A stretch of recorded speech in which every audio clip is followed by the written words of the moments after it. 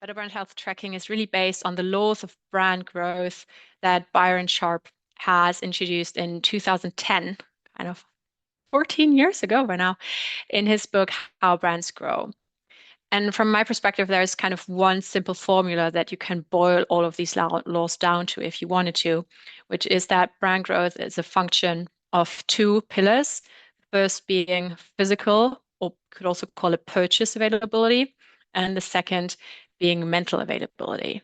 So the idea is that you really need both in order to grow your brand. And let's dive deeper into what this means. So physical availability is something that I would say don't think about it too literally, right? You can also think about it as purchase availability, but it is about the concept of being present, literally being there when people are in a buying situation. So think about people going to the grocery store or going to the drugstore to buy body wash. You need to be present on the shelf, right? You need to be there, maybe in an online outlet, an online marketplace, and similarly so at a proper drugstore or grocery store or retailer. You will need to have a range of options that caters to different people's needs, right? For me, I love a lavender scented body wash. Maybe that's just me, but it's definitely something different than my partner would pick for. So depending on which demography you're catering to, you should present a range of options. And of course, your products should also be visible, right? Strike out on shelf or be ranked very highly on Google search or be easy to find on Amazon. Right. So it's really not about kind of physical real world, but it's more about being easy to find where people are shopping or using the category. And mental availability is kind of the sister, I would say, to physical availability. Mental availability does not describe being present in the space or in the place of purchase, but it describes how present your brand is in people's minds.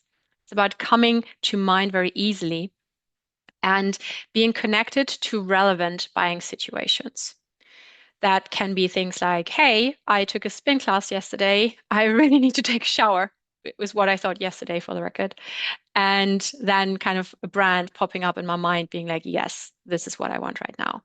So you and I, we will probably not spend our lives in a drugstore, right? We will not spend the majority of our day grocery shopping or browsing online. We will spend the majority of our day doing our work, going about our day, taking care of our kids, connecting to family and friends, which means that actually the majority of my time, anything that a brand does um, to foster physical availability won't really affect me because I will only spend kind of a small proportion of my time each day in an actual purchase situation.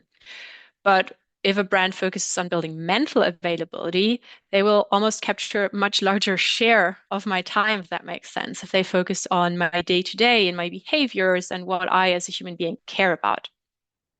And this is kind of also what is summarized in the so-called 95-5 rule, which describes that 95% of potential buyers are currently not in the market. And that is true for at least all of us on this call because we are on a webinar, right? And not actually buying a product or shopping.